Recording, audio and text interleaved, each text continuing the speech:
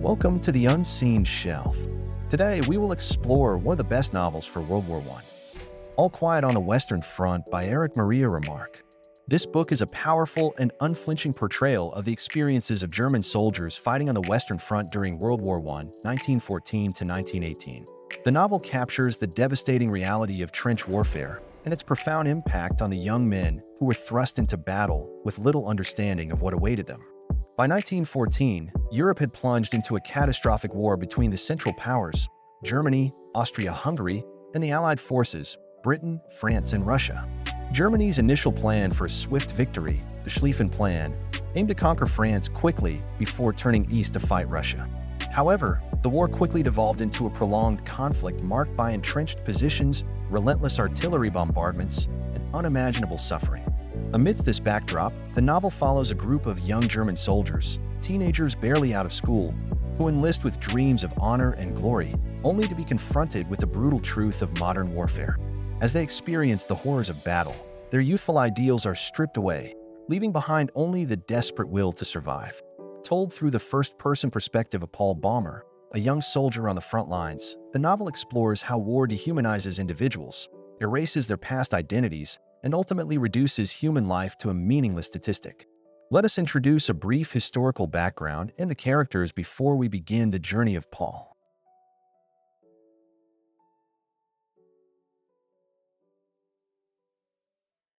It was during this time that a young German soldier named Paul Bäumer stepped onto the battlefield. He had once been a student, sitting in a classroom with his friends, dreaming of the future. But when their teacher, Kantorek, spoke of duty and honor, telling them that their country needed them, they believed him. Filled with patriotism and excitement, Paul and his classmates eagerly enlisted, ready to prove themselves as heroes. They had no idea what awaited them. Paul was only 19 when he arrived at the front lines, still barely a man, but within months, the war had aged him beyond his years. At first, he and his friends tried to hold on to their spirits, joking with one another, pretending they were still the same boys they had been before the war. But war changes people. The first time Paul saw a man die, something inside him shifted. The first time he saw a friend die, something inside him broke. Through the blood, the fear, and the endless sound of shells exploding, Paul learned that survival was not about bravery, it was about luck. The bullet that missed him might strike the man beside him. The trench that protected him might collapse on another. And so, one by one, his friends began to disappear. There was Franz Kimmerich, who had been with Paul since childhood, a boy full of life and laughter. But war does not care about youth. Franz lost his leg to a battlefield wound, and as he lay in a hospital bed, pale and fading, his greatest concern was his boots, fine leather boots that another soldier would soon take as his own. He was one of the first to die, but not the last. There was Muller, always the practical one, always thinking ahead. Even in the midst of war, he asked questions, tried to understand the logic of it all. But there was no logic. He was struck down too, leaving nothing behind but his blood and the boots he had taken from Franz. There was Albert Kropp, sharp-minded and thoughtful, who questioned everything. Why do old men start wars, but young men are the ones who die in them? He would ask. His words were wise, but wisdom did not protect him. When a shell took his leg, his war was over, but his suffering had only just begun. Among them all, one man stood apart, Stanislaus Kaczynski, a rough and clever soldier who had survived war longer than the others. He was like an older brother, a guide in the chaos, always finding food when they were starving, always knowing when to take cover before the shells fell. Paul trusted him more than anyone. But war takes even the strongest, and when Kat finally fell, Paul knew that he was truly alone. There had been others, like Jaden, who fought not just against the enemy, but against the cruel officers who tormented them during training. And then there was Himmelstas, the training officer who once humiliated them, only to cower when faced with real war. War exposed men for who they truly were. Some were broken, some were strengthened, but none left untouched. My name is Paul Bäumer, and I am 19 years old. Not long ago, my friends and I sat in a classroom, our hands ink-stained, our minds filled with poetry and philosophy, our futures stretching before us like an open road. We were young, eager, untouched by the weight of real suffering. Then came Kantorek. He stood at the front of the room, his eyes burning with conviction, his voice unwavering. He was small with a thin frame and a sharp, clipped manner of speaking, but when he spoke of war, he became something else, a prophet of duty, a preacher of sacrifice. This war, he declared, is not just a battle, it is a test, a chance to prove your loyalty, your strength, your worth as men. He spoke of glory, of honor, of a cause greater than ourselves. He told us that we, the iron youth of Germany, were the future, that we would march into battle with courage in our hearts and victory at our backs. And we believed him. The words set fire to our blood, made us clench our fists with excitement. We imagined ourselves in crisp uniforms marching through city streets, heads high, eyes shining with purpose. We saw ourselves as heroes before we had even left the classroom. So we enlisted, together. Albert Kropp, Müller, Franz Kemmerich, and I. We left behind our books and desks, our homes and families, stepping forward into a world we did not yet understand. We did not question. We did not hesitate. How could we? We were certain that war would shape us into legends. Then came Himmelstoss. The moment we arrived at the training camp, we met him.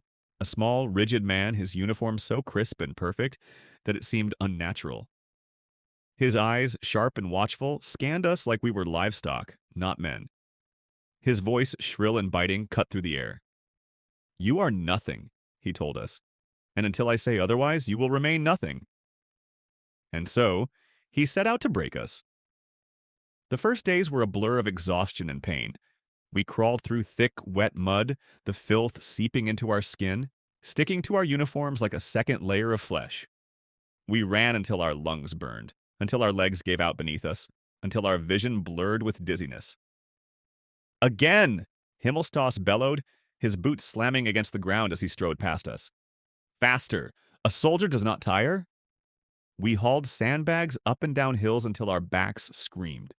We stood in the bitter cold at attention for hours, the icy wind slicing through our uniforms, biting into our skin. At night, we collapsed onto our bunks, our muscles stiff and aching, our stomachs twisting with hunger. We learned not to complain.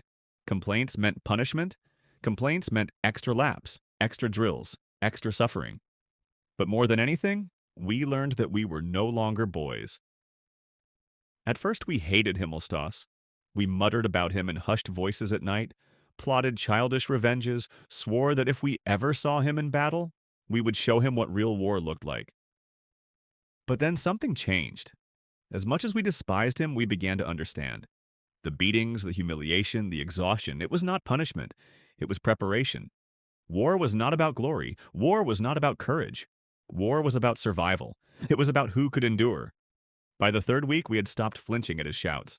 Our hands, once soft and ink-stained, were now calloused and raw. Our bodies, once weak and unused to hardship, had become hardened. The bruises on our backs faded, but the lesson remained. Pain is temporary. Obedience is survival. Emotion is weakness. We had not yet seen the front. We had not yet faced the sound of screaming men, the smell of blood in the air, the feeling of death brushing past us like a shadow. But we knew it was coming, and when that moment came, we would be ready. Or at least we thought we would be. We had trained for this. We had marched, drilled, and suffered under Himmelstoss's brutal discipline. We had imagined ourselves as warriors, hardened and prepared. But the moment we arrived at the Western Front, reality greeted us like a cold slap to the face. The first thing I noticed was the smell, thick, pungent, inescapable. It was a stench of rotting bodies, damp earth, gunpowder, and filth. It clung to the air, settled in our clothes, crept into our skin. No amount of training had prepared us for this. The trenches were nothing like what we had imagined. They were not fortresses of glory, but graves waiting to be filled. Narrow, deep, and suffocating, the walls of mud and sandbags closed in around us. The ground was slick with water and something darker. Rats as large as house cats skittered over our boots, their eyes glinting, their bellies swollen from feasting on the fallen. Above us, artillery shells screamed through the sky, leaving behind ghostly trails of smoke before slamming into the earth with deafening roars. The ground trembled beneath our feet, sending ripples through the pools of stagnant water that had collected at the bottom of the trench. The very earth itself seemed to be groaning under the weight of war. For a brief moment I was frozen, My hands trembled as they gripped my rifle, my breath coming in quick, shallow gasps. This was real. There was no more training, no more drills, no instructors barking orders, only death, hovering above us like a waiting vulture. We learned quickly. You keep your head down. You move only when necessary. You do not think of tomorrow because tomorrow is never promised. That night, our baptism by fire began. At first, there was silence, an eerie, expectant silence that made the hairs on the back of my neck stand on end. The air was thick, heavy, pressing down on us like an invisible weight. Then it started. A single distant whistle, shrill, sharp, growing louder by the second. "Incoming!" someone shouted. The night exploded. A shell landed nearby, sending a column of fire and dirt into the sky. The impact ripped the air apart, the force of it slamming into my chest like a hammer. The trench shook violently. Showers of mud and debris rained down on us, stinging our faces, clogging our throats. The deafening blast left my ears ringing, the world around me reduced to a dull, suffocating hum. I pressed myself against the cold, damp trench wall, my body curled tight, my breath coming in ragged gasps. My heart pounded so hard I could feel it against my ribs. Every fiber of my being screamed at me to run, but there was nowhere to go. The bombardment continued. One shell after another ripped through the night, turning the sky into a monstrous display of light and fire. Shadows danced wildly across the trench walls, twisting and writhing like tormented souls. The acrid smell of gunpowder burned my nostrils, mixing with the sickly, sweet stench of blood.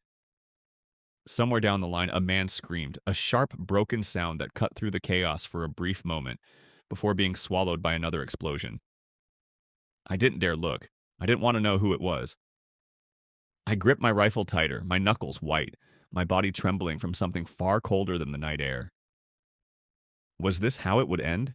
Would I die here buried under mud and fire, nameless and forgotten? Another shell landed close. Too close. I felt the impact shake the ground beneath me, felt the heat scorch my face. Dirt and smoke filled my lungs, and for a moment, I thought I was buried alive. I clawed at the earth, gasping, coughing, forcing myself back to the surface. Beside me, someone was sobbing, not words, just a raw, animal-like sound of terror. I didn't know who it was. It didn't matter. We were all the same now. The barrage lasted for what felt like an eternity. Time lost meaning. There was only the thunder of explosions, the screams, the relentless pounding of my own heart. Then, as suddenly as it began, it stopped. Silence fell again, broken only by the distant echoes of fire and the ragged breathing of the men who had survived. I slowly lifted my head, my ears still ringing, my limbs aching with exhaustion. Around me, the trench was unrecognizable. Walls caved in, bodies half buried, the ground still trembling from the shock waves. I exhaled shakily. I was alive, for now. This was war, and only the lucky ones survived. The air trembled with a distant rumble, but this was no storm. It was the sound of artillery, rolling toward us like an approaching tide. My hands gripped my rifle tightly, fingers slick with sweat. My heart pounded against my ribs, my breath uneven. The moment we had feared, the moment we had prepared for, had arrived. A whistle pierced the night. "They're coming!" Then everything erupted into chaos. The first shell struck, sending showers of earth and fire into the sky. The ground beneath my feet shuddered, the force of the blast making my ears ring. I could hear shouting, commands, cries of alarm, some distant, some too close. Through the thickening smoke, I saw them. Figures moving toward us, silhouettes barely visible through the haze.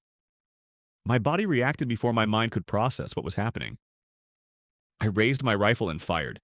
The gun kicked against my shoulder, the sound of the shot sharp and final. The figures kept coming. I didn't know if I had hit anyone. I didn't think. There was no time to think.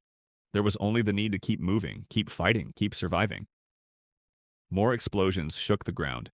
The trench was filled with shouts, the rapid crack of gunfire, the clatter of boots against the wooden planks. I could barely see beyond the wall of smoke and dust. And then a sudden movement beside me. I turned. Kemerick was down. His breath came in short, uneven gasps, his hands clutching his thigh. I saw red seeping through the fabric of his uniform. His face was pale, eyes wide in disbelief. "Paul," he whispered, his voice shaking. I dropped my rifle and pressed my hands against the wound, trying to stop the bleeding. "You're going to be fine," I said, trying to keep my voice steady. "Just hold on." But even as I spoke, I saw the fear in his eyes, the way his hands trembled, the way his body seemed to grow weaker. I can't feel my leg," he murmured. "It's okay," I reassured him. But we both knew the truth. When the battle ended, we carried him back, hoping for the best. The medics examined him with practiced efficiency. "He needs treatment immediately," one of them said. We stepped back, watching as they worked. None of us spoke because there was nothing to say. Later, he lay quiet and still, his breath coming in soft, shallow waves. His body seemed smaller, more fragile. "Paul," he whispered after a long pause, his voice barely audible. "I'll get better, won't I?" "Of course," I said. It was the only answer I could give. His breathing slowed.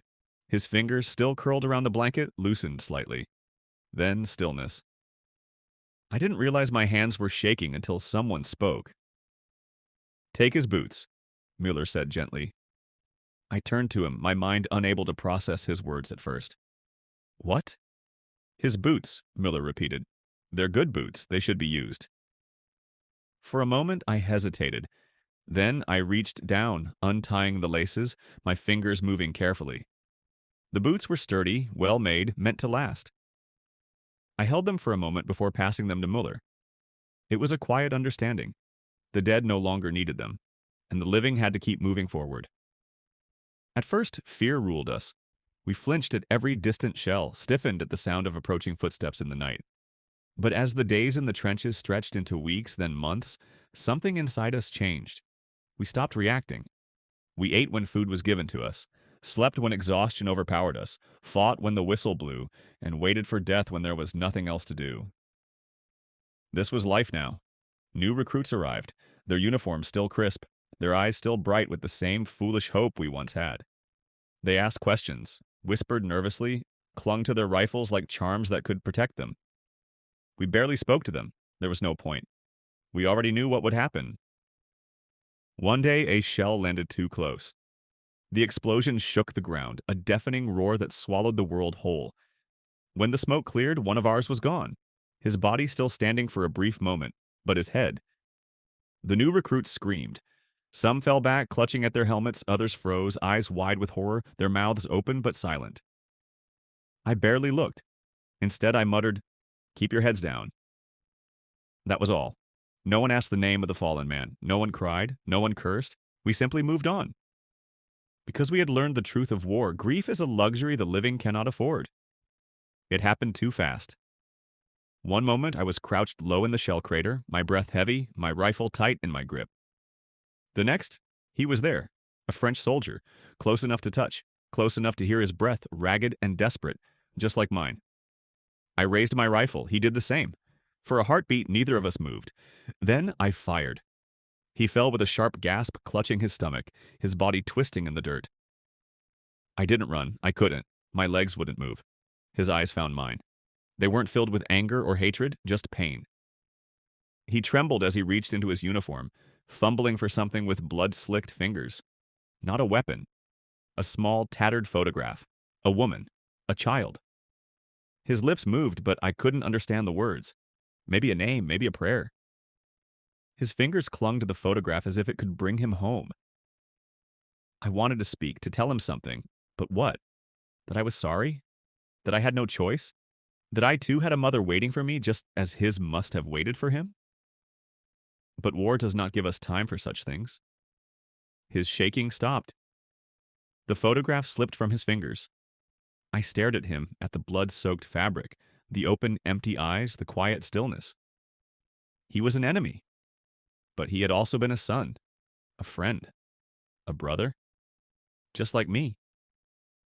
I wanted to turn away, but instead I reached down and picked up the photograph. I wiped the dirt from its surface and placed it gently on his chest. Then I left him there, beneath the sky, beneath the war, beneath the world that had no place for men like us anymore. The moment my feet touched the streets of my hometown, I knew. I no longer belonged here. Everything was too clean, too quiet, too untouched by war. The houses stood tall and whole, the people walked with light steps, their faces filled with purpose. They still believed in things. I didn't. At home, my mother cried when she saw me. She looked smaller, frailer, as if time had worn her down just as the war had worn down my soul. She held my hands in hers, pressing them to her lips, as if to reassure herself that I was real. I could barely feel her touch. She asked me questions I couldn't answer. Are you eating well? Are you safe? Will it be over soon? At the market, people spoke of victory, of sacrifice, of the glory of war. They said we must stand strong, that young men should fight with pride. Cantorek was there telling more boys the same lies he told us. I wanted to shout at them. I wanted to tell them what war really was. That war is mud and blood and hunger. That war is losing your best friend and not even having time to mourn. That war is seeing the face of the man you killed every time you close your eyes. But I said nothing, because they wouldn't understand. They didn't know that soldiers don't dream of medals or honor. We only dream of silence. I should have felt relief when I left home again, when the train carried me back to the front. But instead I felt something else. Something I never thought I would feel. I felt at ease. The trenches were filthy, broken, filled with suffering, but at least they were real. There was no pretense, no empty words. Just men who had seen what I had seen, who knew what I knew. I sat beside my comrades, the same as always. The war hadn't ended, but at least I no longer had to pretend. Here I did not have to explain why I was silent. Here I did not have to lie. Here I belonged. The war had dragged on for years, but time had lost its meaning long ago. Days and nights blurred together, marked only by the rhythm of shellfire and silence. There were no victories, no triumphs, only survival, and even that was temporary. One by one we vanished. Kropp, Müller, Tjaden. Names that had once belonged to voices, to laughter, to men with plans and dreams. Now they were nothing more than memories swallowed by the mud. Then Cat fell. Cat, who had taught us how to find food when rations ran low, how to read the sky for signs of bombardment, how to keep a piece of ourselves from being lost. Cat, who had always been stronger than the war itself. I carried him on my back, whispering to him, begging him to hold on. But when I laid him down and turned to call for help, he was already gone. For a long moment, I just stared. The world around me didn't change. The war didn't pause to acknowledge his passing. He had been here, and now he wasn't. I placed a hand over his still chest, pressing down as if I could push life back into him, as if I could force his heart to beat again. But there was no use. I was alone. There were rumors. They spread like whispers through the trenches, spoken in hushed voices between the firing of rifles. The war is ending. It will be over soon. But it didn't matter. What was there left to end? I had lost everything, my friends, my youth, my name, my future. One afternoon I sat alone in the trench, my back pressed against the cold earth. The sky stretched wide above me, impossibly blue without a trace of smoke. The air was still, the quiet pressing against my ears like a heavy blanket. I closed my eyes and inhaled deeply. For the first time in years, the front was silent. And then a single shot. I never heard it. A sharp pressure in my chest, a sudden collapse of breath. I opened my mouth to speak, but no words came. My hands felt warm, wet. I looked down. Red. I reached for something, but what? A weapon? A hand? A memory? My knees hit the earth. My fingers curled into the dirt. The sky blurred. And then, nothing. That evening, a simple line was recorded in the military log. All quiet on the Western Front. That was all. No name, no story, no mention of the years that led to this moment. No one would know what I had seen, what I had lost. No one would remember who I had been before the war made me into this. I had once believed in honor, in courage, in the purpose of war. But in the trenches, we were not soldiers. We were not men. We were ghosts before we were even dead. The world had turned us into something less than human, and whether we died or survived, it didn't matter, because we would never truly return. The front was quiet. It looked peaceful, as if nothing had ever happened here. But I knew the truth. Beneath that silence, countless voices had been swallowed whole, And now I was just one more.